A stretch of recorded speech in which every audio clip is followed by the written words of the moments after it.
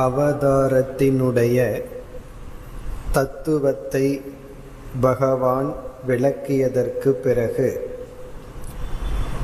மோக்ஷம் என்கின்ற இறுதியான லட்சியத்திற்கு ஒருவன் செல்கின்ற பாதையை பகவான் குறிப்பிட்டார். எந்த படிகள் வழியாக ஒருவன் மோட்சத்தை அடைகின்றான் அவைகளையெல்லாம் கூறி, என்னுடைய பாதையைத்தான், நான் வகுத்து கொடுத்த நியதியைத்தான் இந்த உலகம் பின்பற்றி வருகின்றது. நான் வகுத்து கொடுத்த நியதியை மீறி யாராலும் வாழ முடியாது என்று கூறினார். மம வர்த்தமான அனுவர்த்தந்தே, என்னுடைய பாதையைத்தான் பின்பற்றி வருகின்றார்கள். இங்கு பகவானுடைய பாதை என்பது தர்மத்தினால்தான் உண்மையான சுகம், அதர்மத்தினால் பாபம் என்கின்ற ஒரு நியதி. தர்மத்தினால்தான் நம்மை தூய்மைப்படுத்தி கொள்ள முடியும், ஞானத்தினால்தான் அந்த பரம்பொருளை அடைய முடியும் என்கின்ற சாதன சாத்திய சம்பந்தம், இது இறைவன் வகுத்து கொடுத்த நியதி. இவ்விதம் கூறியதற்கு பிறகு இந்த உலகத்தில் எப்படிப்பட்ட நியதி, நம்முடைய கடமை என்ன, எதன் அடிப்படையில் செயல் செய்து நம்மை நாம் தூய்மைப்படுத்தி கொள்ள வேண்டும், அந்த விசாரத்தை நாம் ஆரம்பித்தோம். ஒவ்வொரு மனிதர்களும் 3 குணத்துடன் இருக்கின்றார்கள் என்று பார்த்தோம். சத்வகுணம், ரஜோகுணம், தமோகுணம் என்கின்ற 3 குணங்கள். சத்வகுணத்தில் அதிகமாக இருப்பவனை சாத்விகமான புருஷன் என்று அழைக்கின்றோம். அவனை சாஸ்திரமானது பிராமணன் என்று அழைக்கின்றது. இப்போ அவர்கள் பிராமணர்கள். யார்? சத்வகுண பிரதானமாக வாழ்பவர்கள். கீதையில் பகவான் எல்லா விஷயங்களையும் சத்துவம் ரஜஸ் தமஸ் என்று பிரிக்க வேண்டும் என்று கூறி உதாகரணமாக சில விஷயங்களை எல்லாம் பிரித்து காட்டப் போகின்றார். நம்முடைய உணவு எது சாத்விகமான உணவு, எது ராஜசமான உணவு, எது தாமசமான உணவு சொல்வார். பிறகு நம்முடைய புத்தி, நாம் வழிபடுகின்ற தேவதை சாத்விகமான தேவதை, ராஜசமான தேவதை, தாமசமான தேவதை, இதை கூறுவார். பிறகு நம்முடைய பூஜை, நம்முடைய ஸ்ரத்தை, இவைகள் எல்லாவற்றையும் பகவான் இவ்விதம் பிரித்து பிறகு காட்டுவார். இங்கு சத்துவகுண பிரதானமாக ஒரு மனிதன் வாழ்ந்தால் அவன் பிராமணன். அவனுடைய குணங்கள் அறிவு, தியாகம், அமைதி என்றெல்லாம் இருக்கும். பிறகு அடுத்ததாக ரஜோகுணம் முன்னிட்டு அதை தொடர்ந்து சத்துவகுணம், பிறகு தமோகுணம், இவ்விதம் இருந்தால் அவர்களை பகவான் க்ஷத்திரியர்கள் என்று அழைக்கின்றார். இப்போ க்ஷத்திரியர்கள் ரஜோகுணத்தில் இருக்க வேண்டும். பிறகு அவர்களுடைய செயல்கள் அவர்களுக்கு மட்டும் பயன்படும் அளவில் இருக்கக்கூடாது, நாட்டிற்காக, பொது நலத்திற்காக பயன்பட வேண்டும். ஆகவே 2வது சத்துவகுணம் வந்துவிடும். அவர்களுடைய செயலுக்கு பின் தியாகம், உலகத்தை காப்பாற்ற வேண்டும் என்ற பொறுப்பு, இவைகளெல்லாம் இருக்கும். பிறகுதான் தமோகுணம். பிறகு 3வதாக பிரிக்கப்படுகின்ற மனிதர்கள் வைஷ்யர்கள். அவர்களுக்கும் ரஜோகுணம் முதலில் இருக்கும், அதை தொடர்ந்து தமோகுணம் இருக்கும். காரணம், அவர்களுடைய செயலில், வியாபாரம் போன்ற செயல்களில் முதல் பலன் அவர்களை பார்ப்பார்கள். பிறகுதான் மற்றவர்களுக்கோ தியாகம் போன்றவைகள் வரும். ஆகவே ரஜோகுணம், தமோகுணம், பிறகு சத்துவகுணம், வைஷ்யர்கள். பிறகு யார் அறிவுபூர்வமாக செயல்படாமல் உடலை மட்டும் பிரதானமாக கொண்டு உழைத்து வாழ்கின்றார்களோ அவர்களை சூத்ரன் என்று அழைத்து, அவர்களுடைய குணம் முதலில் தமோகுணம், பிறகு ரஜோகுணம், பிறகுதான் சத்துவகுணம். இவ்விதம் 4 விதமாக மனிதர்களை குணத்தின் அடிப்படையில் நாம் பிரிக்கலாம். இப்போ 4 விதமான மனிதர்கள் குணத்தின் அடிப்படையில் வாழ்ந்து வருகின்றார்கள். பிறகு இவர்கள் குணத்தின் அடிப்படையில் இப்படி இருந்தாலும் விதவிதமான செயல்களில் ஈடுபட்டு வருவார்கள். பிறகு பகவான் என்ன சொல்கின்றார், பிராமணன் என்கின்றவர்களுடைய பொதுவான செயல் உபதேசம் செய்தல், யாகம் செய்வித்தல் போன்றவைகள். க்ஷத்ரியனுடைய செயல் என்று பார்த்தால் கர்ம, அவர்களுடைய செயல் நாட்டை காப்பாற்றுதல் போன்றவைகள்.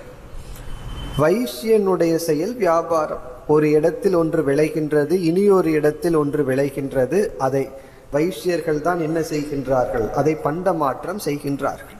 சூத்ரன் உடல் அளவில் உழைப்பை அவன் கொடுக்கின்றான். 3 பேருக்கும் அவன் உடல் அளவில் செயல்படுகின்றான். இது கர்மத்தின் அடிப்படையில்.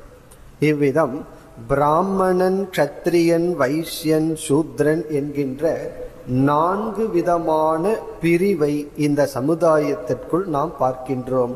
இந்த பிரிவானது நான் என்னுடைய சிருஷ்டியில் வகுத்து கொடுத்துள்ளேன் என்று கூறுகின்றார். இப்ப குணத்தின் அடிப்படையில், கர்மத்தின் அடிப்படையில் 4 விதமான பிரிவு இந்த சமுதாயத்தில் என்னுடைய சிருஷ்டியில் உள்ளதாக பகவான் பேசுகின்றார். ஆனால் இந்த ஸ்லோகத்தில் பகவான் பிறப்பின் அடிப்படையில் என்ற சொல்லை பயன்படுத்தவே இல்லை. சாதுர்வர்ண்யம் மயா சிருஷ்டம் குண கர்ம விபாகசக. இந்த 13வது ஸ்லோகத்தினுடைய முதல் வரி குணத்தின் அடிப்படையிலும் செயலின் அடிப்படையிலும் குண கர்ம விபாகசக. விபாகம்னா அடிப்படையில் 4 விதமான வர்ணங்கள், மனித பிரிவுகள் மயா சிருஷ்டம் என்னுடைய சிருஷ்டிக்குள் இருக்கின்றது, என்னால் சிருஷ்டிக்கப்பட்டுள்ளது. இப்ப பகவான் மனிதனை குணத்தின் அடிப்படையிலும் செயலின் அடிப்படையிலும் இந்த 4ஆக பார்க்கின்றார். ஆனால் இங்கு பகவான் பிறப்பின் அடிப்படையில் கூறவில்லை. அது வழக்கத்தில் வந்துள்ளது. இவர்கள் பிராமண ஜாதி என்று நாம் எடுத்துக்கொண்டு, இவர் க்ஷத்ரிய ஜாதி, இவர் வைஷ்ய ஜாதி, அதற்குள் எத்தனையோ ஜாதிகள், இப்படியெல்லாம் நாம் பிறப்பின் அடிப்படையிலும் மனிதர்களை பிரித்து வைத்துள்ளோம். ஒரு மனிதனுடைய மேன்மை பிறப்பின் அடிப்படையில் அமைக்கப்படுவது அல்ல. காரணம், நாம் எந்த ஜாதியில் பிறக்கின்றோம் என்பது நம்முடைய சாய்ஸ் இல்லை, நாம தேர்ந்தெடுத்து வருவதில்லை. நாம் அந்த ஜாதியில் பிறக்கின்றோம், அவ்வளவுதான். அதனால ஒருவனுடைய மேன்மை, ஒருவனுடைய கீழ்மை அமைவதில்லை. ஒருவன் எப்பொழுது மேன்மையாகின்றான், குணத்தின் அடிப்படையில் மேன்மை அடைகின்றான். இப்ப பிறப்பின் அடிப்படையில் ஒருவனை தன்னை பெருமையாக நினைத்து கொள்வது என்பது பலர் கூறுவார்கள். சமஸ்கிருத விஷயத்தில் என்னுடைய தாத்தா பெரிய சான்ஸ்கிரிட் ஸ்காலர்னு சொல்லுவார்கள். இவருக்கு தமிழ்லையும் கூட சமஸ்கிருதம்னு எழுத தெரியாது. ஆனா தாத்தா பெரிய சான்ஸ்கிரிட் ஸ்காலர்னா இவருக்கு அதில் என்ன பெருமை உண்டு? அப்படி ஒரு பெருமை நம்மிடமிருந்து வர வேண்டும். நம்முடைய உழைப்பிலிருந்தும் குணத்திலிருந்தும் வந்தால்தான் அது பெருமையே தவிர இனியொருவருடைய பெருமையை நாம் பெருமையாக எடுத்துக்கொள்ள கூடாது. இப்போ ஒருவருக்கு பிறந்துள்ளோம் என்றால், ஒரு நல்ல தாய் தந்தைக்கு பிறந்து விட்டால் மட்டும் நாம் பெருமை அடைந்தவர்கள் ஆகிவிடுவதில்லை. நாம் வாழ்ந்து காட்டி நம்முடைய பெருமையை நிலைநாட்ட வேண்டும். அது குணத்தினால் மட்டும்தான் முடியும். நம்முடைய பெருமையை நம்முடைய குணத்தினால் தான் நிலைநாட்ட முடியும். இங்கு பகவான் இந்த உலகத்தில் மனிதர்களுடைய வேற்றுமையானது குணத்தின் அடிப்படையில் அமைந்துள்ளது. இப்படிப்பட்ட குணமுடையவர்கள் இப்படிப்பட்ட செயலில் இருந்து கொண்டு அவர்கள் அவரவர்களுடைய கடமையை செய்து கொண்டிருக்கின்றார்கள். இப்ப தமோ குணத்தில் இருப்பவன் அதற்கு தகுந்த விதத்தில் கடமையை தேர்ந்தெடுத்து செயல் செய்து தன்னை தூய்மைப்படுத்தி கொள்ள வேண்டும். ரஜோகுணத்தில் இருப்பவன் அதற்கு தகுந்த குணத்திற்கு ஏற்ப செயலை எடுத்துக்கொண்டு தன்னை தூய்மைப்படுத்த வேண்டும். அதே போல் சத்துவ குணம். ஆகவே இங்கு பகவான் 4 வர்ணங்கள் என்று பிராமண, க்ஷத்ரிய, வைஷ்ய, சூத்ரனை பற்றி பேசும் பொழுது குணத்தின் அடிப்படையிலும் கர்மத்தின் அடிப்படையிலும் என்னால் உருவாக்கப்பட்டது என்று கூறுகின்றார். இது பகவான் அமைத்து கொடுத்த நியதி. பிறகு 4 ஆசிரமங்கள் என்ற ஒரு நியதியும் இருக்கின்றது. இன்று அந்த பெயரில் இல்லாவிட்டாலும் அதன்படிதான் நாம் வாழ்ந்து கொண்டு இருக்கின்றோம். ஆசிரமம் என்றால் ஸ்டேஜஸ் ஆஃப் லைஃப் என்று சொல்கின்றோம். முதலில் நம்ம பிரம்மச்சரிய ஆசிரமத்தில் இருக்கின்றோம். மாதா பிதாவை குருவாக கொண்டு பிறகு நம்ம பள்ளியில சென்று படிக்கின்றோம். இரண்டாவதாக இல்லற வாழ்க்கை, பிறகு இல்லறத்திலிருந்து விலகி இருத்தல் வானப்பிரஸ்த ஆசிரமம், பிறகு சந்நியாச ஆசிரமம். இப்படி 4 விதமான ஸ்டேஜ் அப்படி நாம் வாழ்ந்து கொண்டு இருக்கின்றோம். நம்ம வாழ்றோமோ இல்லையோ, இரண்டாவது ஸ்டேஜ் முடிஞ்ச உடனே நாம வானப்பிரஸ்தத்தை எடுத்துக்கொள்ளவில்லை என்றால் தள்ளப்படுவோம். தள்ளப்படுவதற்கு எடுத்துக்கொள்ளப்படுவதற்கு பெரிய வேற்றுமை உண்டு. அதாவது பட்டினிக்கும் தவத்துக்கும் உள்ள வித்தியாசம். நானே இன்று உணவு உட்கொள்ளவில்லை, விரதம் எடுக்கின்றேன்னா அந்த பெயின் இருந்தாலும் பசி இருந்தாலும் மனதுல சந்தோஷம் இருக்கும். ஏன்னா நான் எடுத்துக்கொண்ட விரதம். பட்டினி அப்படின்னு இருந்தோம்னா உடலும் வேதனைப்படும், மனதும் வேதனைப்படும். அதே போல ரிட்டையர்மெண்ட் அப்படிங்கிறது நாம் எடுத்துக்கொண்டால் அது பெருமை, நமக்கு தள்ளப்பட்டால் அது சிறுமை. ஆனா சாஸ்திரம் என்ன சொல்கின்றது? ஒவ்வொரு ஆசிரமத்தையும் இவன் கடந்து செல்ல வேண்டும்.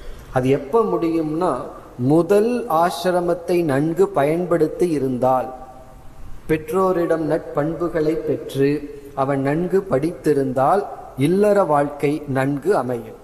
அதை நன்கு இவன் பயன்படுத்தி இருந்தால் அவனே பிறகு வானப்பிரஸ்த ஆசிரமத்திற்கு செல்வான். அதை நன்கு பயன்படுத்தி இருந்தால் சந்நியாச ஆசிரமம். இப்ப சந்நியாச ஆசிரமத்திற்கு என்று சென்றுதான் ஆக வேண்டும் என்ற அவசியமில்லை. அந்த வானப்பிரஸ்த ஆசிரமத்தில் அவன் அடைய வேண்டிய பக்குவத்தை அடைகின்றான். இவ்விதம் 4 விதமான ஸ்டேஜஸ் ஆஃப் லைஃப், வாழ்க்கையினுடைய படித்தரங்கள், 4 விதமான குணத்தின் அடிப்படையில் நம்முடைய செயல்பாடுகள். இதுதான் இந்த சிருஷ்டியில் நான் வகுத்து கொடுத்த நியதி. இதன் அடிப்படையில் அவரவர்களுடைய சொதர்மத்தை உணர்ந்து, அவரவர்களுடைய குணத்தை பார்த்து, எந்த ஸ்டேஜில் இருக்கும், மாணவனா இருக்கிறமா இல்லறத்தில் இருக்கிறமா என்றெல்லாம் பார்த்து அவர்களுடைய கடமையை நிர்ணயம் செய்து அதை கர்மயோகமாக செய்து மன தூய்மையை அடைந்து ஞானத்தை அடைந்து மோட்சத்தை அடைய வேண்டும். இதுதான் பகவானுடைய உபதேசம். இந்த 13வது ஸ்லோகத்தில் முதல் வரியில் இந்த சிருஷ்டியை பற்றி பகவான் பேசி 2வது வரியிலிருந்து வேறு கருத்துக்கு வருகின்றார். இனி நாம் பார்க்க போகின்ற கருத்து மிக மிக சூக்ஷ்மமான உபனிஷத்தினுடைய சாராம்சமான கருத்து. இதைத்தான் ஞான யோகம் என்று சொல்கின்றோம். ஆகவே ஆரம்பத்தில் இந்த கருத்தை நம்ம ஜீரணிப்பது மிக மிக கடினமாக இருக்கும். இருப்பினும் இந்த இடத்துல வந்துள்ளதனால் நாம் அந்த கருத்தை பார்ப்போம். கருத்தை பார்த்து மனதில் போட்டு வைப்போம். காலப்போக்கில் அந்த கருத்தானது நமக்கு விளங்கும். இப்ப 2வது வரியிலிருந்து பகவான் ஞான யோகத்திற்கு வருகின்றார். இப்ப 13வது ஸ்லோகத்துல 2வது வரியில் ஆரம்பிச்சு ஞான யோகம் தான் தலைப்பு. இப்ப இங்க என்ன சொல்கின்றார்?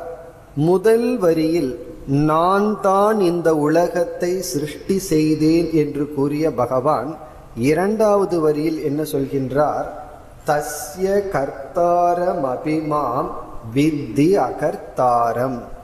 இந்த உலகத்தை நான் படைத்தவனாக இருந்த போதிலும் நான் ஒன்றும் செய்யாதவனாக நீ அறிந்துகொள். அதாவது மிக மிக முரண்படுகின்ற சொல்லில் பகவான் பேசுகின்றார். நான் தான் இதை செய்தேன், ஆனால் நான் இதை செய்யாதவனாக நீ என்னை உணர்ந்துகொள்.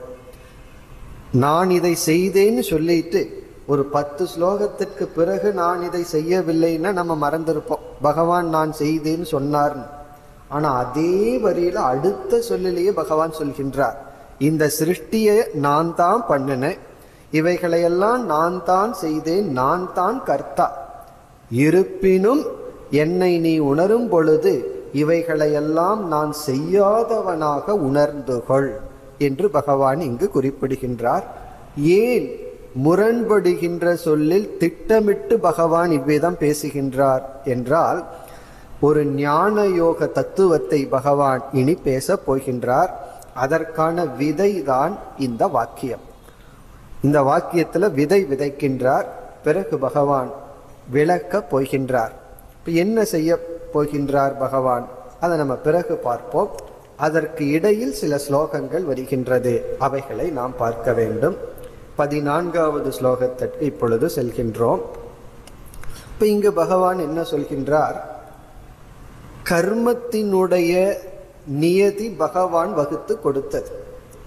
நம்ம சிறிய கர்மத்தை செய்கின்றோம், அதற்கு தகுந்த பாப புண்ணியம் நமக்கு வருது. இப்ப பகவான் இந்த உலகத்தையே படைத்து காத்து அழித்து என்ற பெரிய கர்மத்தை பண்றார். அப்படி என்றால் பகவானுக்கு பெரிய பாவம் வரணும் அல்லது பெரிய புண்ணியம் வர வேண்டும்.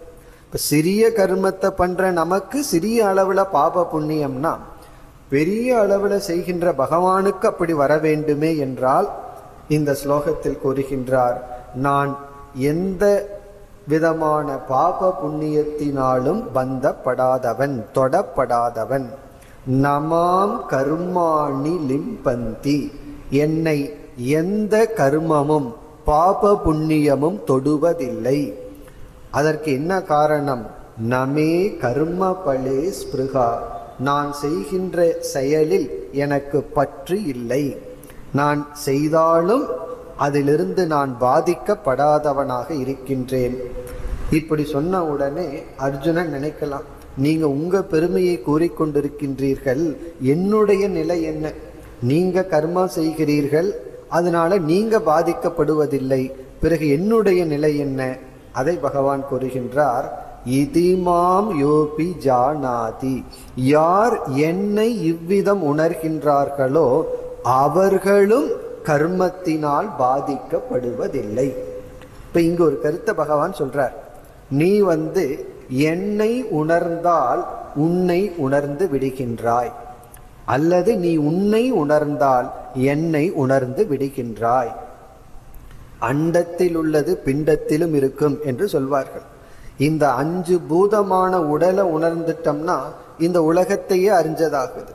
அப்படி பகவான் இங்க என்ன சொல்றார், நான் யார் என்று நீ கண்டு கொண்டால் நீ யார் என்று உன்னை கண்டு கொள்வாய். ஆகவே என்னுடைய இந்த தன்மையை நீ உணரும் பொழுது நீ உன்னையும் உணர்ந்து நான் எப்படிப்பட்டவனாக இருக்கின்றேனோ அந்த பலனை நீயும் அடைகின்றாய் என்று இந்த ஸ்லோகத்தில் பகவான் குறிப்பிடுகின்றார். அதாவது இந்த சிருஷ்டியை என்ற பெரிய கர்மத்தை நான் செய்தாலும் அதனால் நான் பாதிக்கப்படாதவன்.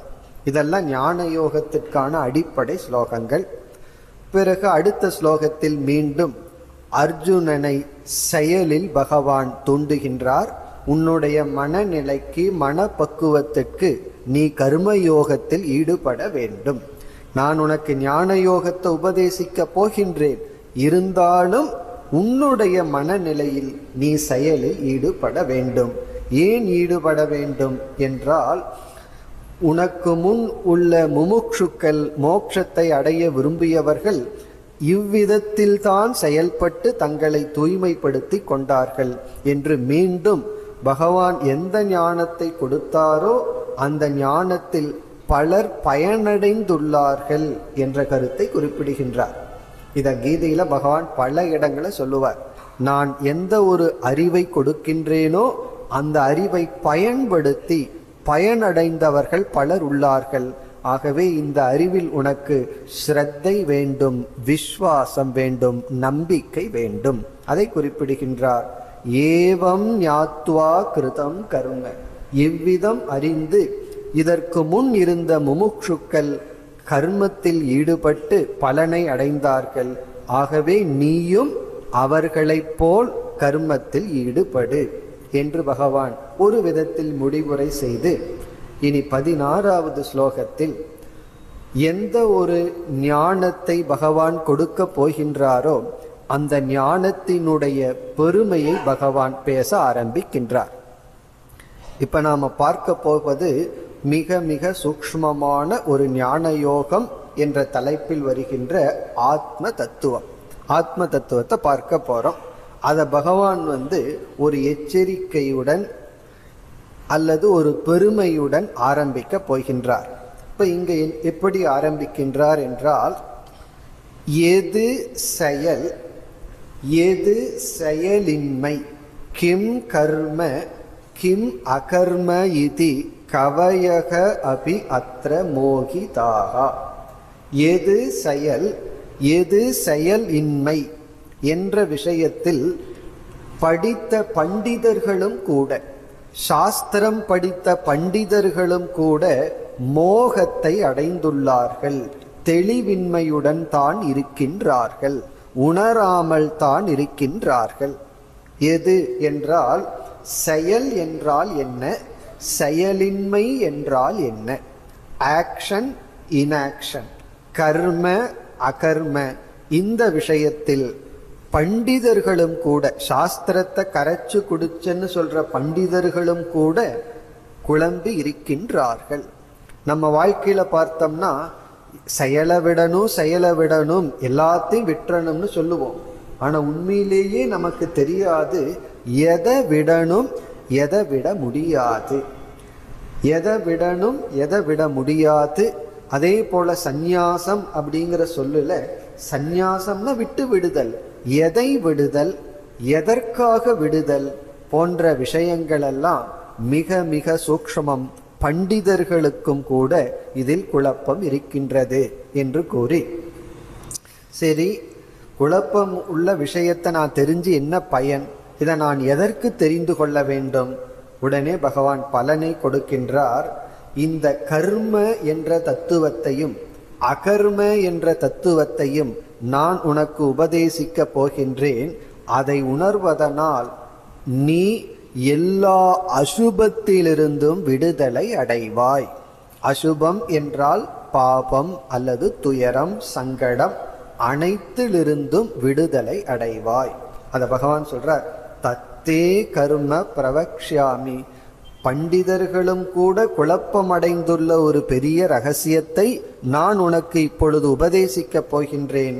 அதை உணர்ந்தால் நீ எல்லா விதமான அசுபத்திலிருந்தும் விடுதலை அடைவாய் என்று கூறி 17வது ஸ்லோகத்தில் மீண்டும் சொல்கின்றார், கர்ம என்றால் என்ன என்பது அறியத்தக்கது, செயல் என்றால் என்ன அறியத்தக்கது, செயலின்மை அகர்ம என்றால் என்ன என்பது ஆராய்ந்து அறியத்தக்கது, பிறகு விகர்ம என்றால் என்ன என்பதும் ஆராய்ந்து அறியத்தக்கது. அப்படின்னா இந்த விஷயமெல்லாம் சாதாரண விஷயமல்ல, விசாரித்து புரிந்து கொள்ள வேண்டியது என்று கூறுகிறார். இதுல விகர்ம என்ற சொல் பகவானால் விளக்கப்படவில்லை. அதனுடைய பொருள் எதை செய்யக்கூடாது, செய்யக்கூடாதத விகர்ம என்று சொல்கின்றோம். விகர்மன்னா நிஷித்தம் கர்ம. சாஸ்திரம் இதை நீ செய்யக்கூடாது. ஏன் செய்யக்கூடாதுன்னா அது உனக்கும் நல்லதல்ல, நீ வாழ்ற சமுதாயத்திற்கும் நல்லதல்ல.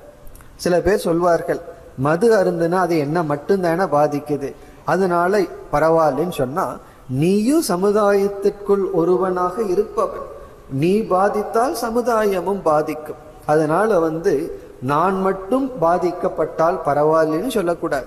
நான் பாதித்தாலும் நம்மை சுற்றி இருப்பவர்களும் பாதிக்கின்றார்கள். ஆகவே அதே சமயத்துல சமுதாயம் பாதித்தால் நாமும் அதனுடைய பாதிப்புக்கு ஆளாகின்றோம். இவ்விதத்தில் விகர்ம என்றால் எந்த ஒரு செயல் தனக்கும் மற்றவர்களுக்கும் கேடு விளைவிக்குமோ அதை செய்யக்கூடாது. அது என்ன என்றும் தெரிந்து கொள்ள வேண்டும். அதனாலதான் வேதத்தினுடைய முதல் பகுதிக்கு ஜெய்மினி என்ற ரிஷியானவர் விசாரத்தை ஆரம்பிக்கும் பொழுது, இப்பொழுது தர்மத்தை பற்றிய விசாரத்தை ஆரம்பிக்கின்றோம் என்று சொல்லும் பொழுது, அங்கு அதர்மத்தை பற்றியும் விசாரத்தை ஆரம்பிக்கின்றோம் என்றும் பொருள் சொல்லப்படுகிறது. காரணம் என்ன? தர்மத்தை பற்றி தெரிஞ்சுக்கிறது பின்பற்றுவதற்காக, அதர்மத்தை பற்றி தெரிஞ்சுக்கிறதற்கு விலகி வருவதற்காக. அதை இங்கு பகவான் குறிப்பிட்டு, கர்மம் என்றால் என்ன, அகர்மம் என்றால் என்ன என்பது அறியத்தக்கது என்று கூறி, பிறகு 18வது ஸ்லோகத்துல தான் பகவான் ஆத்ம தத்துவத்தை, ஆத்ம ஞானத்தை உபதேசிக்கின்றார்.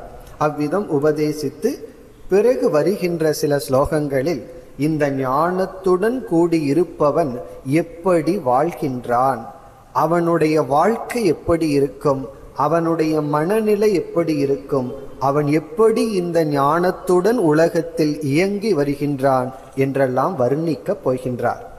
அப்படி அந்த ஞானியினுடைய வாழ்க்கை, மனநிலை, இந்த உலகத்தில் எப்படி இணக்கம் வைக்கின்றான், இதையெல்லாம் நம்ம பார்க்க போகின்றோம். அதற்கு முன் அந்த ஞானியிடம் இருக்கின்ற ஞானம் என்ன, அதைத்தான் பகவான் குறிப்பிடுகின்றார். இப்ப நம்ம 18வது ஸ்லோகத்திற்கு செல்கின்றோம். இந்த ஸ்லோகம் இந்த அத்தியாயத்தினுடைய அச்சாணிய போன்ற ஒரு ஸ்லோகம்.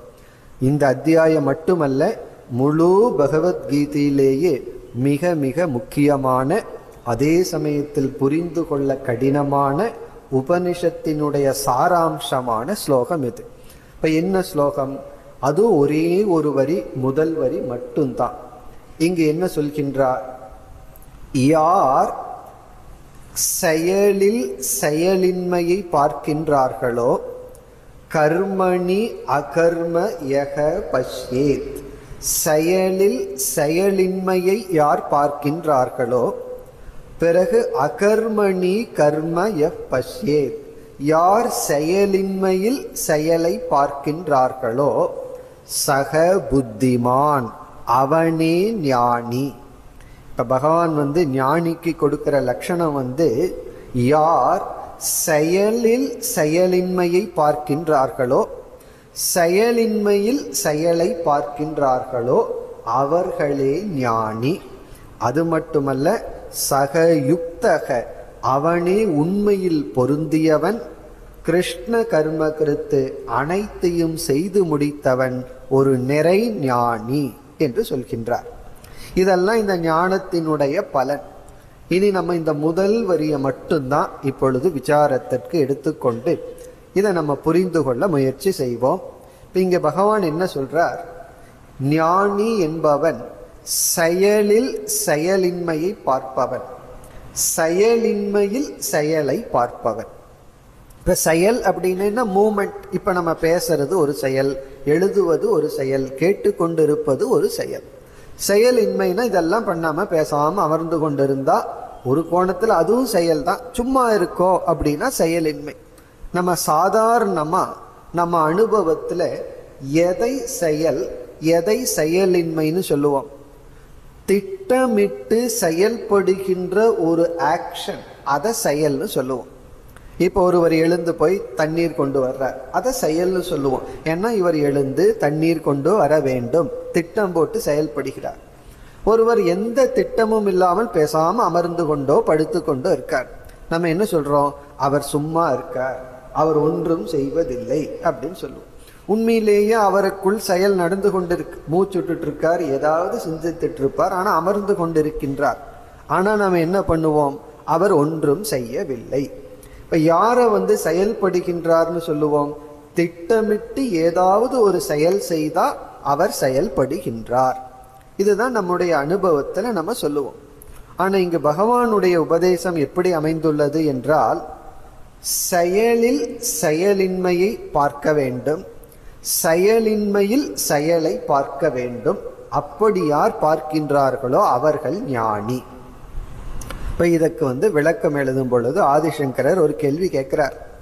ஞானம்ங்கிறது என்னவென்றால், எது எப்படி இருக்கோ அது அப்படி பார்க்கிறது. இப்ப செயலில் செயலை பார்க்கிறது ஞானம், செயலின்மையில் செயலின்மையை பார்க்கிறது தானே ஞானம். ஏன் பகவான் விபரீதமாக இந்த உபதேசத்தை செய்கின்றார் என்று சங்கரர் கேள்வி கேட்டு அவர் கொடுக்கின்ற சில உதாகரணம், விளக்கம், அதை இப்பொழுது நம்ம பார்ப்போம். செயல்னா மூமெண்ட். ஒருவர் நடந்து சென்று கொண்டிருக்கின்றார். இப்ப நடக்கிறவரை நடக்கின்றார்னு பார்த்தா அது ஞானம், அவர் நின்று கொண்டிருக்கின்றார்னு பார்த்தா அது அஞ்ஞானம். பிறகு நின்று கொண்டிருப்பவரை நடக்கிறார் அப்படின்னு நம்ம பார்த்தோம்னா அது தவறு. இப்ப எது எப்படி இருக்கோ அதை அப்படி பார்க்கணும். ஆனா பகவான் இங்கு என்ன செய்கின்றார்? விபரீதமாக உபதேசம் செய்கின்றார். அது ஏன் செய்கின்றார் என்றால், இந்த உபதேசம் ஏற்கனவே விபரீதமாக புரிந்து கொண்டவனுக்கு செய்யப்படுகின்ற உபதேசம். சரியா புரிஞ்சிட்டு இருக்கிறவனுக்கு ஒரு உபதேசம், உண்மையிலேயே அவர்களுக்கு உபதேசம் வேண்டாம். ஒன்றுமே தெரியாமல் இருப்பவர்களுக்கு ஒரே ஒரு உபதேசம் நேரடியாக. தலைகீழாக புரிந்து கொண்டிருப்பவர்களுக்கு உபதேசத்திலும் ஒரு விதமான விபரீதம் இருக்கத்தான் இருக்கு. அது உபதேசத்து வேற வழி இல்லாம அப்படித்தான் உபதேசம் செய்தாக வேண்டும். முதல்ல அதை நம்ம உதாகரணம் மூலமா பார்ப்போம். பிறகு நம்ம இந்த கருத்தை ஆத்ம தத்துவத்துல பொருத்தி புரிந்து கொள்ள வேண்டும். இந்த எக்ஸாம்பிள் முதல் நமக்கு தெளிவாகட்டும். நம்முடைய அனுபவத்தில் எது எப்படி இருக்கின்றதோ அது எல்லா சமயத்திலும் அது அப்படியே நமக்கு காட்டி கொடுப்பதில்லை. ஒன்று ஒரு விதத்துல இருக்கும், நமக்கு அது வேறு விதத்துல ரிப்போர்ட் பண்ணி காட்டி கொடுக்கும். நம்முடைய முடிவும் அப்படி இருக்கு. இதற்கு உதாரணம் நம்ம கார்ல போயிட்டு இருக்கோம். வேகமா போகும் பொழுது மரங்கள் எல்லாம் நம்முடன் சேர்ந்து வருவது போன்ற ஒரு அனுபவம். இப்ப இந்த அனுபவம் எதை காட்டி கொடுக்கின்றது? மரங்களும் நம்முடன் நகர்ந்து வருவது போன்ற அனுபவம். ஆனா உண்மை என்ன? மரங்கள் நகராமல் அங்கேயே இருக்கின்றது. பிறகு நம்முடைய அனுபவமோ மரம் நம்முடன் வந்து கொண்டு இருக்கின்றது. இதுல உண்மை என்ன? மரம் நகர்வதில்லை. அனுபவம் என்ன? மரம் நகர்கின்றது. இப்போ ஒரு குழந்தை அப்பதான் கொஞ்சம் பெருசாகி உலகத்தை பற்றி நம்ம கிட்ட கேள்வி கேட்க ஆரம்பிச்சிருக்கான். இப்ப அந்த குழந்தை நம்ம பக்கத்துல வாகனத்தில் அமர்ந்து போகும் பொழுது அந்த குழந்தை நம்ம இடத்துல ஒரு கேள்வி கேட்குது. இந்த மரங்களும் நம்முடன் சேர்ந்து வருகின்றதா அப்படின்னு கேட்கும் பொழுது நம்ம பதில் சொல்றோம், மரங்கள் நின்று கொண்டு இருக்கின்றது, நம்முடன் வருவதில்லை. அப்படி மட்டும் பதில் சொன்னா அந்த குழந்தை என்ன நினைச்சுக்கும்? நம்மோட வர்ற மரம் வந்துட்டு தான் இருக்கு, வேற எங்கேயோ ஒரு மரம் நின்று கொண்டிருக்கின்றதுன்னு சொல்கிறார்னு நினைச்சு. நம்ம என்ன சொல்றோம்? மரம் நின்று கொண்டுதான் இருக்கிறது. அப்ப அந்த குழந்தை என்ன புரிஞ்சுக்கும்? நம்ம நின்று கொண்டிருக்கின்ற மரத்தை பற்றி பேசியிருக்கோம், நான் கேட்டது நம்முடன் வருகின்ற மரத்தை பற்றி கேட்டேன்னு சொல்லும். இப்ப அந்த குழந்தைய சரியா புரிய வைக்கணும்னா எப்படி பதில் சொல்லணும்? நம்முடன் வந்து கொண்டிருக்கின்ற மரமானது வரவில்லை என்று நீ புரிந்துகொள். நகர்ந்து கொண்டிருக்கின்ற மரத்தில் நகராத தன்மையை நீ பார்க்க வேண்டும் அப்படின்னு நம்ம சொல்றோம். அப்போ அந்த குழந்தை என்ன புரிஞ்சுக்கும்? நம்முடைய அனுபவத்துல எது செயல்பட்டு கொண்டிருக்கின்றதுன்னு நான் நினைக்கிறேனோ அது செயல்படவில்லை. இப்போ அந்த இடத்திலேயே குழந்தைக்கு ஒரு கரெக்ஷன் வரணும். இப்போ இந்த குழந்தைக்கு எப்படி சொன்னா புரியும்? நகர்ந்து கொண்டு செயல்பட்டு கொண்டிருக்கின்ற மரத்தில் செயலின்மையை நீ பார்க்க வேண்டும். அப்ப அந்த குழந்தை சரியா புரிஞ்சுக்கும். இது ஒரு போர்ஷன். இனி ஒரு உதாகரணம், அது சங்கரர் கொடுப்பது. நம்ம கடற்கரையில நின்று கொண்டு இருக்கின்றோம். தூரத்துல ஒரு கப்பலானது நகர்ந்து கொண்டு வருகிறது. அப்படியே மெதுவா நகர்ந்து கொண்டு வருகிறது. நம்ம பார்க்கும் பொழுது அது அப்படியே நிற்பது போல் தெரியும். தூரத்திலிருந்து பார்த்தா கப்பல் நகர்ந்து கொண்டு வருவது தெரியாமல் நின்று கொண்டிருப்பது போலவே தெரியும். அப்ப நம்ம என்ன நினைச்சிருக்கோம்? அந்த கப்பலானது அசையாமல் நகராமல் இருக்கின்றதுன்னு நினைக்கிறோம். பிறகு என்ன உபதேசம் பண்ணணும்? அதே குழந்தைக்கு நகராமல் நின்று கொண்டிருக்கின்ற கப்பலில் ஒரு செயலை நீ பார்க்க வேண்டும். செயலற்றதாக நினைத்து கொண்டிருக்கின்ற அந்த கப்பலானது செயல்பட்டு கொண்டிருக்கின்றது. அல்லது பூமியை நம்ம பார்க்கிறோம். நம்ம ரொம்ப வேகமா நம்ம பயணம் பண்ணிட்டு இருக்கோம். பூமி சுத்தி கொண்டிருக்கு, சூரியனை வேற சுத்துது, தன்னையும் சுற்றி கொண்டிருக்கின்றது. ஆனா நம்முடைய அனுபவத்துல எந்த விதமான மோஷனும் இல்லை அப்படின்னு பார்க்கிறோம், நகர்வு இல்லைன்னு பார்க்கிறோம். ஆனா உண்மை என்னன்னா அது நகர்ந்து கொண்டு இருக்கின்றது. இப்படி எது செயல்படாமல் இருக்குதுன்னு நினைக்கிறோமோ அங்க செயல் இருக்கு. கப்பலானது நகராமல் இருக்குதுன்னு நினைக்கிறோம், ஆனா நகர்ந்து கொண்டிருக்கின்றது. மரங்களானது நகர்ந்து கொண்டிருக்கின்றது நினைக்கிறோம், ஆனால் அது நகராமல் இருக்கின்றது. இதே போல எப்படி நமக்கு விபரீதமான அனுபவங்கள் இருக்கின்றதோ, அந்த விபரீதமான தவறான அனுபவம் இருக்கும் பொழுது முதலில் குருவானவர் என்ன செய்ய வேண்டும், அந்த தவறை தான் எடுத்துக்கொண்டு அதன் அடிப்படையில் உபதேசம் செய்ய வேண்டும். இவருடைய உபதேசம் ஸ்ட்ரெயிட்டா இருக்க முடியாது. அது எப்ப இருக்கலாம் என்றால், நம்ம ஒரு பொருளை புரிந்து கொள்ளவே இல்லை என்றால், அதை பற்றி ஏற்கனவே எந்த கன்க்ளூஷன் எந்த ஜட்ஜ்மெண்ட்டும் போடல அப்படின்னா ஒரே ஸ்டெப்ல உபதேசத்தை பண்ணிடலாம். இப்போ ஒரு இடத்துல கயிறு இருக்கு, நம்ம ஒரு இடத்துல இது கயிறு அப்படின்னு காட்டிடலாம், அவர் பார்க்கவே இல்லை. ஆனால் அந்த கயிற்றை பார்த்து பாம்புன்னு சொல்லி கொண்டிருந்தால் அங்க நம்ம ஒரு எக்ஸ்ட்ரா வார்த்தையை பயன்படுத்தணும், இந்த பாம்பானது கயிறு. குருவுக்கு தெரியுது அங்க பாம்பு இல்லைன்னு, ஆனா அந்த பாம்புன்னு குரு ஏன் சொல்லணும்னா, சிஷ்யனுடைய மனதில் இருக்கிற அறியாமையை எடுத்துட்டு அதே இடத்துல கரெக்ஷன் பண்ணணும்னா, அந்த பாம்பு நீ எதை பாம்புன்னு பார்த்துட்டு இருக்கிறையோ அது கயிறு அப்படி சொல்லி ஆக வேண்டும். அதன் அடிப்படையில் பகவான் இங்கு உபதேசம் செய்துள்ளார். நம்மிடத்துல ஏற்கனவே விபரீதமான ஒரு ஞானம் இருக்கு, விபரீதம்னா தலைகீழான தவறான ஒரு அறிவு இருக்கு. அந்த அறிவை எடுத்துக்கொண்டு இவ்விதம் நமக்கு பகவான் உபதேசம் செய்கின்றார். ஆகவே முதல்ல சங்கரர் என்ன நிலைநாட்டுகின்றார், இந்த முரண்படுவது போன்று உபதேசம் ஏன், இதை பாரடாக்ஸ் என்று நம்ம சொல்லுவோம்.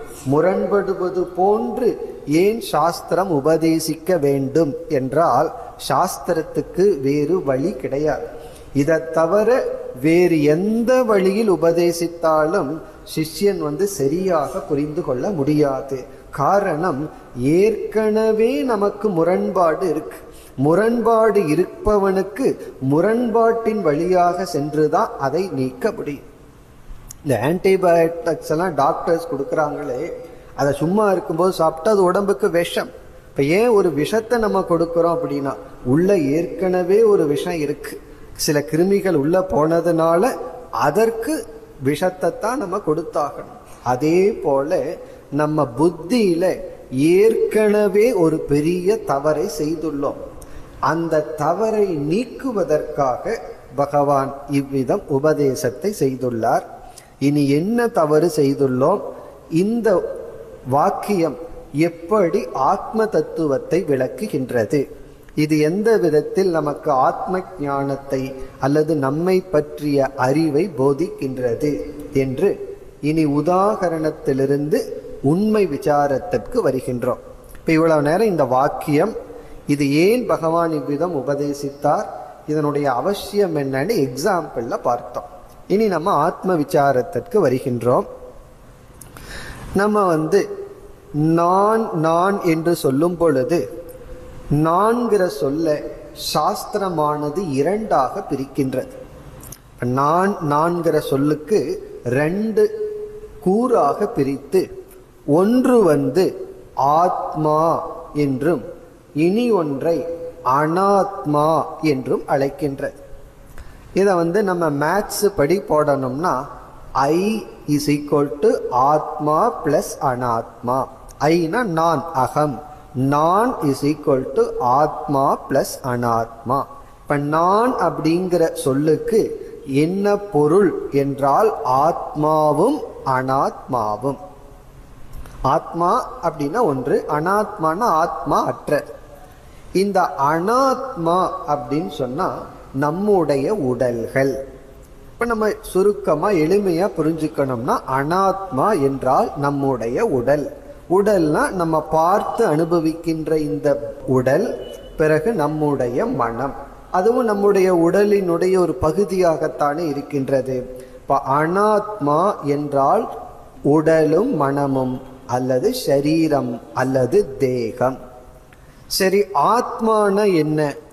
ஆத்மா என்றால் உணர்வு ரூபமான, அறிவு சொரூபமான ஒரு தத்துவம் இந்த உடலை பிரகாசப்படுத்தி கொண்டிருக்கின்றது.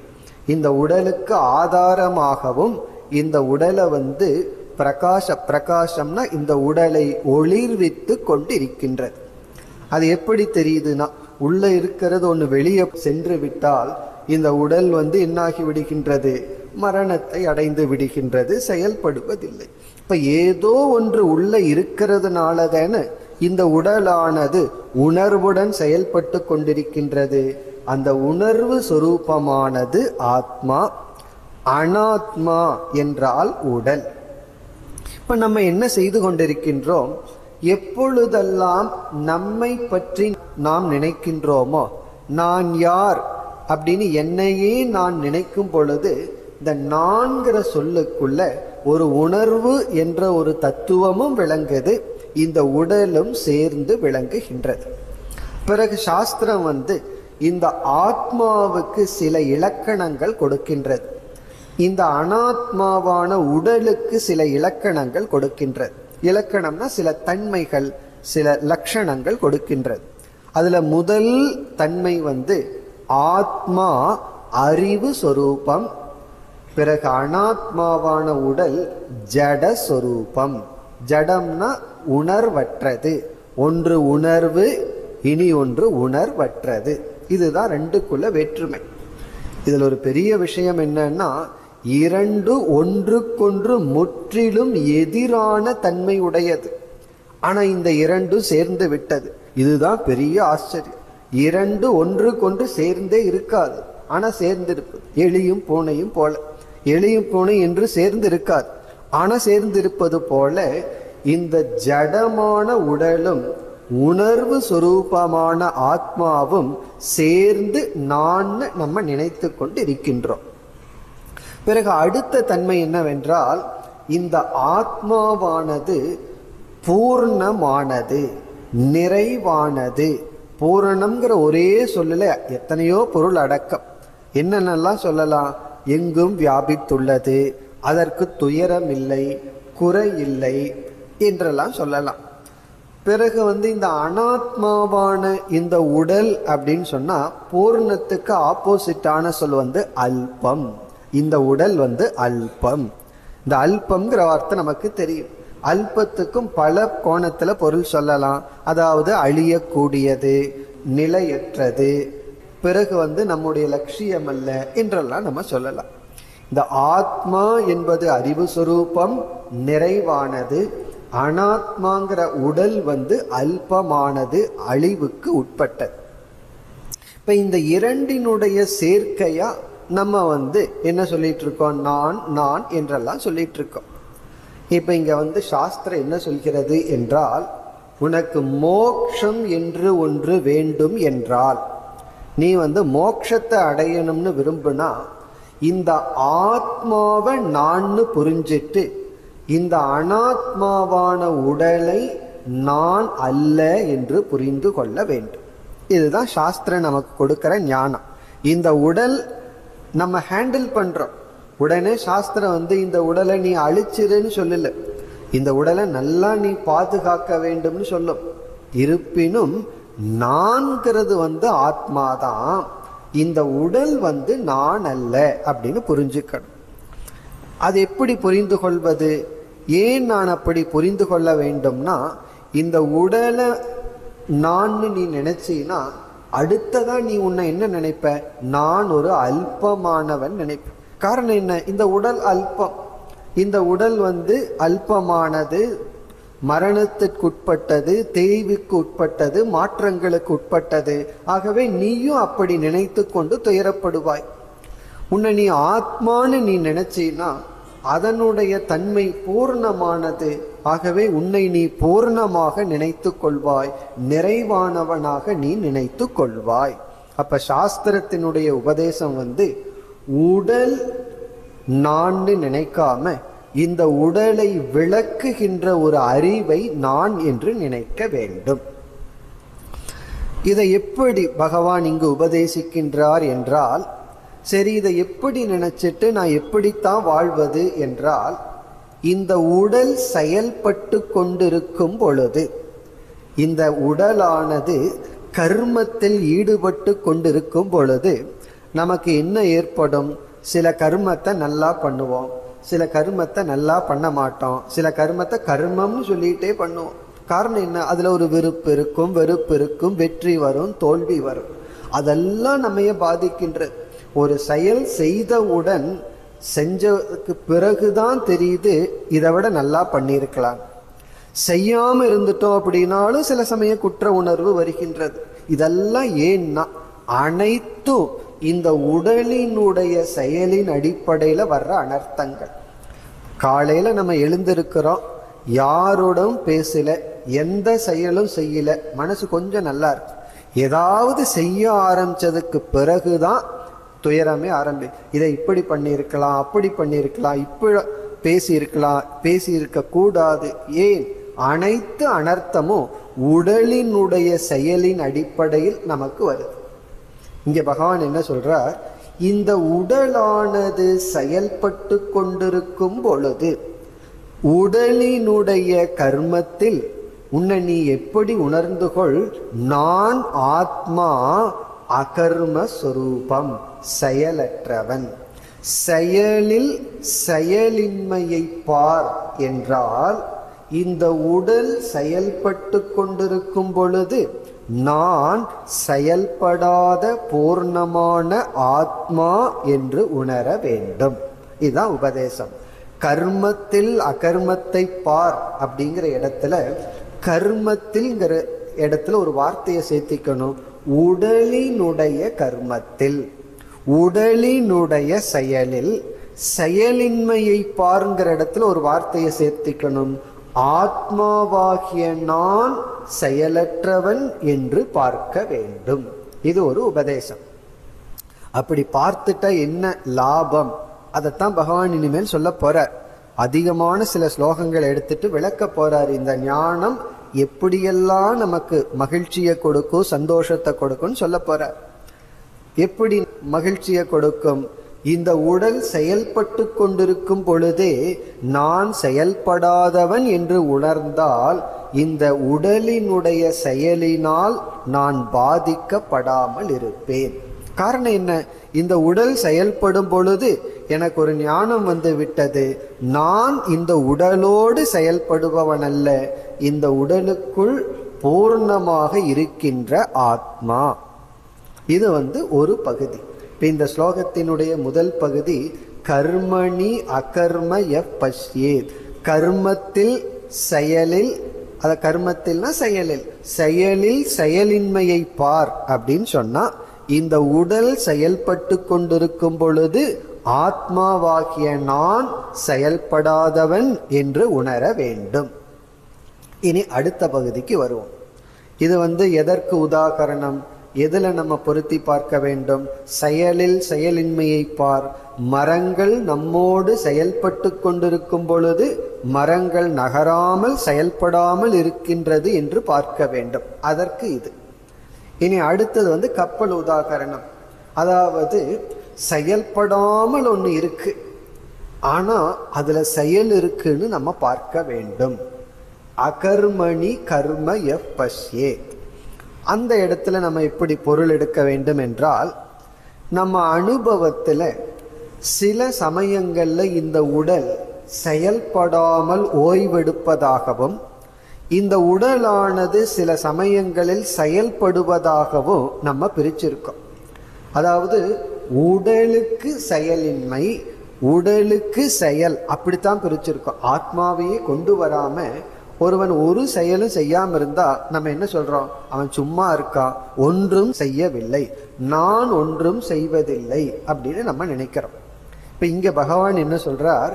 உன்னுடைய உடலானது உன்னுடைய கருத்துப்படி எந்த செயலும் செயல்படாமல் அமைதியாக இருப்பதாக நீ நினைத்தால், இந்த உடலினுடைய செயலின்மையில் செயலை நீ பார்க்க வேண்டும். இந்த உடலினுடைய செயலின்மையில் செயலை நீ பார்க்க வேண்டும். அதனுடைய பொருள் இங்கு பகவான் என்ன சொல்கின்றார்? இந்த உடலுக்கு செயலின்மை என்ற ஒரு நிலையே கிடையாது. இந்த உடல் எப்பொழுதும் செயல்பட்டு கொண்டுதான் இருக்கு. தூங்கும் போதும் கூட செயல்பட்டு கொண்டு இருக்கு, அதுல சந்தேகம் கிடையாது. என்ன செயல்பட்டு கொண்டிருக்கு? நம்முடைய மூச்சு காற்று செயல்பட்டு கொண்டிருக்கு. பிறகு வயிறுங்கிறது ஒரு பெரிய ஃபேக்டரி போல, பெரிய நைட் ஷிஃப்ட்னெல்லாம் சொல்லி வேலை செய்கிறார்களே, அது பெரிய வேலை செய்யுது. அதனாலதான் தூங்கி எழுந்தவுடன் சிலர் பல் துவக்காம நேரா ஃப்ரிட்ஜுக்கு போவார்கள். காரணம் என்ன? பசி. ஏன் அந்த பசி வந்ததுன்னா, தூங்குறதுக்கு முன்னாடி அவ்வளவு சாப்பிட்டோம், எழுந்தவுடன் ஏன் பசி வருதுன்னா அவ்வளவு வேலையை உள்ள உடல் செய்துள்ளது. ஆகவே பகவான் என்ன சொல்கின்றார்? இந்த அனாத்மாவுக்கு செயலின்மை என்ற தன்மையே கிடையாது. அது எப்பொழுதுமே கர்மஸ்வரூபம். நம்ம என்னைக்குமே மோஷன்ல தான் இருந்துட்டு இருக்கோம். இந்த உலகம் வேகமா போயிட்டு இருக்கு.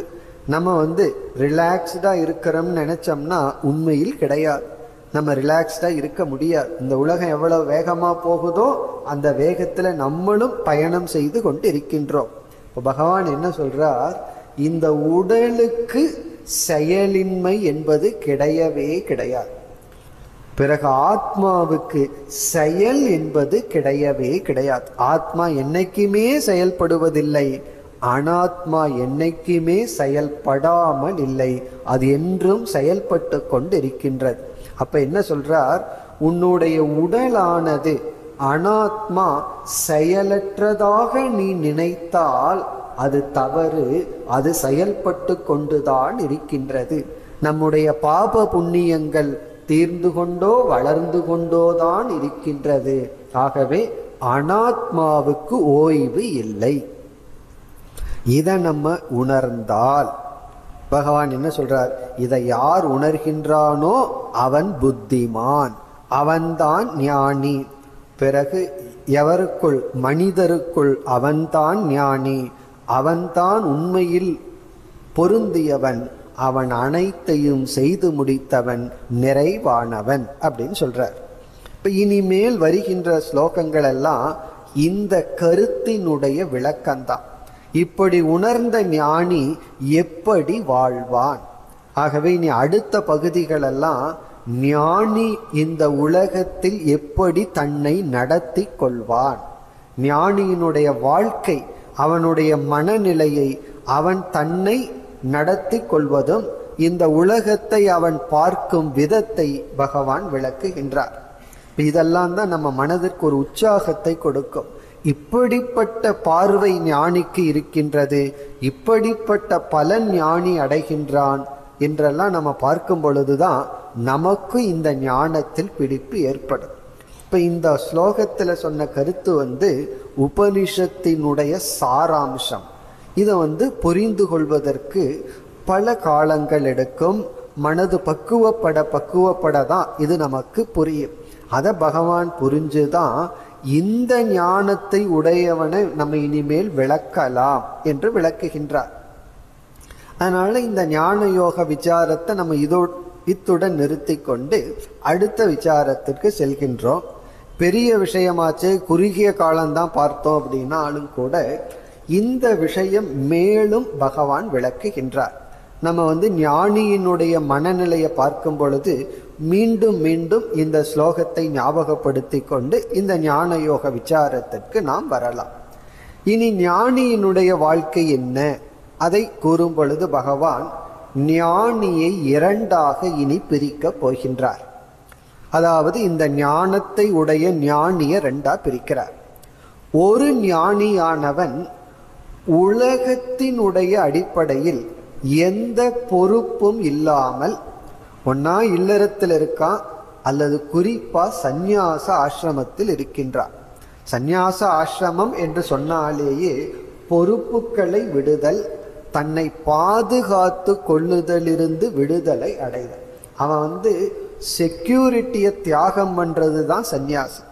அதை அடுத்த அத்தியாயத்துல விளக்கமாக பகவான் சொல்ல போறார். அதாவது சந்நியாசம்னு சொன்னா நம்ம என்ன நினைக்கிறோம்? விடுதல். எதை விடுதல் அப்படின்னு சொன்னா உரிமையை விடுதல். பலர் கடமையை விடுதல் தான் முக்கியத்துவம் கொடுப்பார்கள். எந்த கடமையும் இல்லாமல் இருத்தல் தான் சந்நியாசம் சொல்வார். ஆனால் உரிமையை விடுதல் தான் சந்நியாசம். இப்ப ஒருத்தன் தன்னை சந்நியாசின்னு சொல்லிட்டா அப்பாவுக்கு எந்த கடமையும் கிடையாது. அப்பாவை பார்த்துக்கணுமோ குடும்பத்தை பார்த்துக்கணுமோ கடமை கிடையாதுன்னு சொல்லுவோம். ஆனா அப்பா சொத்தெல்லாம் வேணும்னு சொல்றாருன்னு வச்சுக்குவோமே, அப்ப இவர் உரிமையை விட தயாரா இல்லை. இப்ப சந்நியாசம்னு சொன்னா எனக்கு என்னென்ன உரிமைகள் இருக்கோ அதை விடுகின்றேன், அதனால கடமையும் சேர்ந்து போகுது.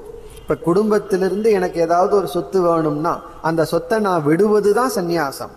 அதனுடைய பலனாக அந்த குடும்பத்துக்கு எந்த கடமையும் இல்லை. அப்படித்தான் சந்நியாசமானது சாஸ்திரத்துல சொல்லப்பட்டுள்ளது.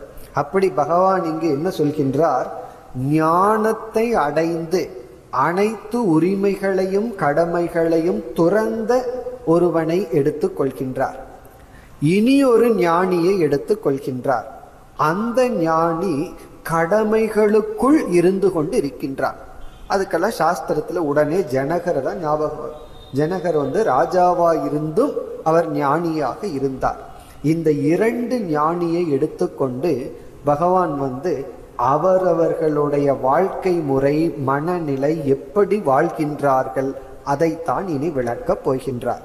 அதாவது இரண்டு பேருமே சமமான ஞானிகள், இரண்டு பேரும் அடையிற பலன் ஒன்றுதான். ஒருவன் குகையில இருந்தாலும் அல்லது சமுதாயத்திற்குள் இருந்து முழுமையாக செயல்பட்டு கொண்டிருந்தாலும் இருவருமே ஒரே பலனை ஒரே நிறைவை அடைகின்றார்கள். அதற்கு என்ன காரணம்? இந்த ஞானம்னு சொல்ல போறார். ஏன்னா ஞானி உடலினுடைய செயலின்மையை பார்ப்பான். பிறகு இனி ஒரு ஞானி குகையில் அமர்ந்து கொண்டிருப்பவன் இனி ஒன்ன பார்ப்பான். இந்த உடல் செயலற்று இருக்கிறதுன்னு அவன் பார்க்க மாட்டான், இது செயல்பட்டு கொண்டுதான் இருக்கின்றது என்று பார்ப்பான். என்று இனிமேல் வருகின்ற பகுதியில் இந்த ஞானத்தை உடையவன் செயல்பட்டு கொண்டிருந்தாலும் பொறுப்பில் இருந்து கொண்டிருந்தாலும் பொறுப்பை விட்டிருந்தாலும் ஒரே நிலையில் தான் இருக்கின்றார்கள், அடைகின்ற பலன் ஒன்றுதான் என்று கூறப் போகின்றார். அந்த விளக்கத்தை நாம் அடுத்த வகுப்பில் பார்ப்போம். ஓம் பூர்ணமத பூர்ணமிதம் பூர்ணாத் பூர்ணமுதச்யதே பூர்ணஸ்ய பூர்ணமாதாய பூர்ணமேவாவசிஷ்யதே. ஓம் சாந்தி சாந்தி சாந்தி.